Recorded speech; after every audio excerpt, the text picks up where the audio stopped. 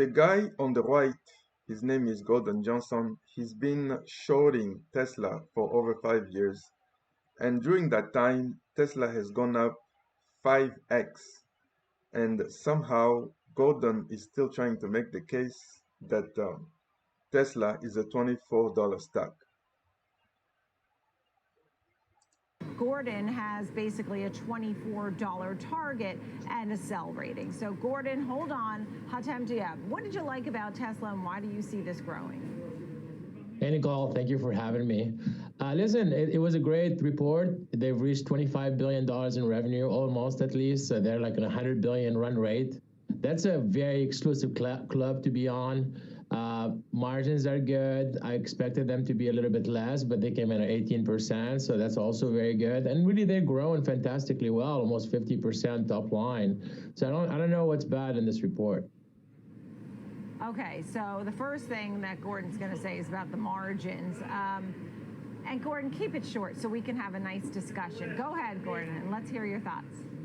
All right, so I think where the bulls are dead wrong is in the auto industry, you had a temporary chip and supply chain issue where you had shortages in 2021 and 2022. We know that used cars are selling for more than new cars, right, which is an anomaly. And that allowed Tesla, who was willing to cut corners on chips, CNBC did a spread on this, to have artificially high margins. Now their margins are regressing back towards the mean. Their operating margins were 24% in the first quarter of 2022. They were 9.6% last night, down from 11.8% in Q1. So it's just not the company that people thought it is. Their earnings profile is much lower, and they're still cutting prices. So that's the problem, and I think that's the story for Tesla in 2023. Look, I mean, at this point, yes, the valuation certainly seems very high. The prices they cut, Ford has been cutting prices, but they are creeping a little back higher. Hatem, let's kick it off. What is it about Gordon, what he's been saying? I mean, we know that the factories, he said, Elon Musk said that in the third quarter, production may be down because they've been doing some factory upgrades. You really like what they've been doing in Berlin and Austin, for example. Hatem? First of all, the margins are going down because Tesla is investing heavily in its growth. I think that you want a company that is a growth company to be investing and really creating new products and batteries and chips. They just filed in Berlin for a new plant that's going to manufacture over 1 million cars in Europe.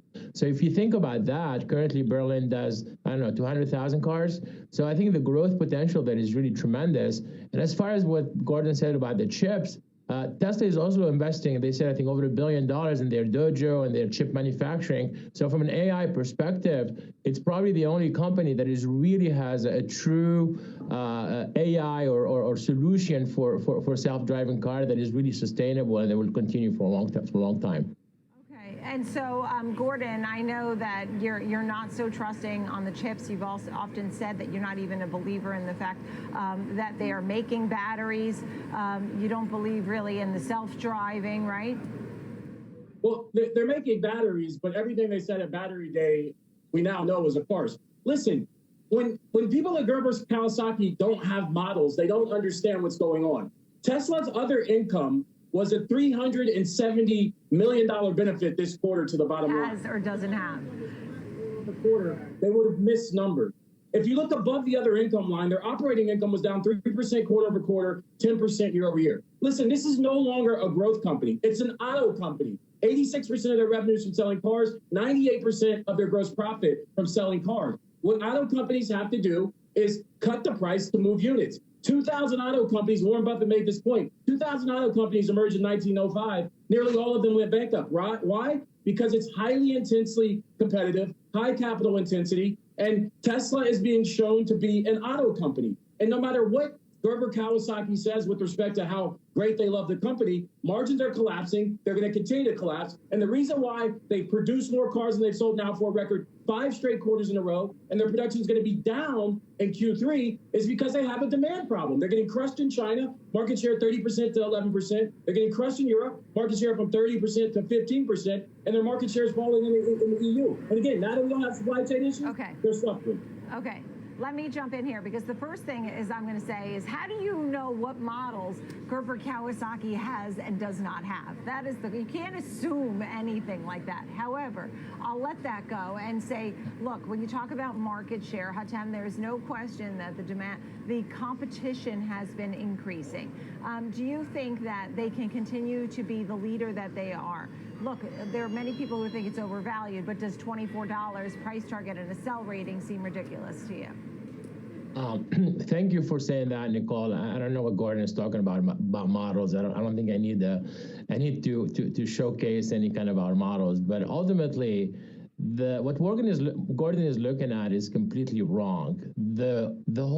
What Tesla is trying to do is trying to go after the whole car market, not just the EV market, and that's only 6 or 7% currently of the 15 million cars that we sell in the United States, or 100 million globally. So if Tesla has 60% of that market, but that market itself is growing, so we don't need Tesla to have 70% of the whole market. So I think what's missing here is the fact that Tesla, the Model Y, has been really the top-selling car basically everywhere. So the growth story here is really just getting started, and they have the best battery technology. They have the best software, so they're really the top dog no matter how you look at it. Okay. Gordon, Cybertruck is going to be produced in high volume next year. Final thoughts here, Gordon.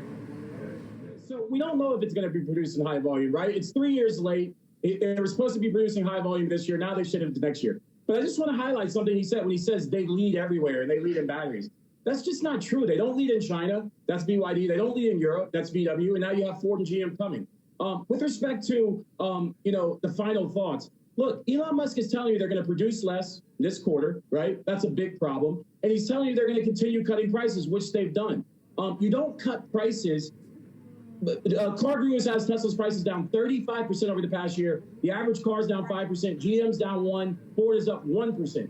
So they're cutting prices far much more than the competition. The reason is because people don't want to buy their cars. They have 1.67% share globally, 4.4% share in the U.S. This isn't a leader. They are a laggard.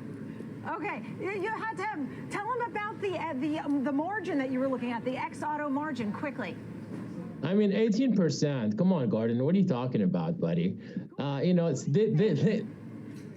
gross margins of automakers. They sell direct to the customers, which means their discounts are in SG&A, whereas other automakers' discounts are in gross margins. Look at the operating margin. They are lagging. Gordon, $24. $24. Come on, Gordon. $24. It's going to get there. When it does, we'll have you on to say congrats. Oh, come on. $24, Hatem? I mean, it's silly. I mean, the company's doing $100 billion in sales and 18% margins. Come on. Where's the real value of? Where should it really be, Hatem? Listen, they're a software company. We haven't seen what the potential is of full self-driving. We haven't seen what the potential of this AI revolution. They're spending a lot of money in there. The Cybertruck, yes, they're not going to produce a lot of them, but this is going to be also another top product. I think they're going to sell hundreds of thousands of it. And ultimately, this will own 20% of the whole car market. Okay, let's leave it right there. I like the bull dare debate. Thank you both very much. Hatem Diab, Gerber Kawasaki Wealth Investment Management, and Gordon Johnson, GLJ Research. Thank you both for being on today.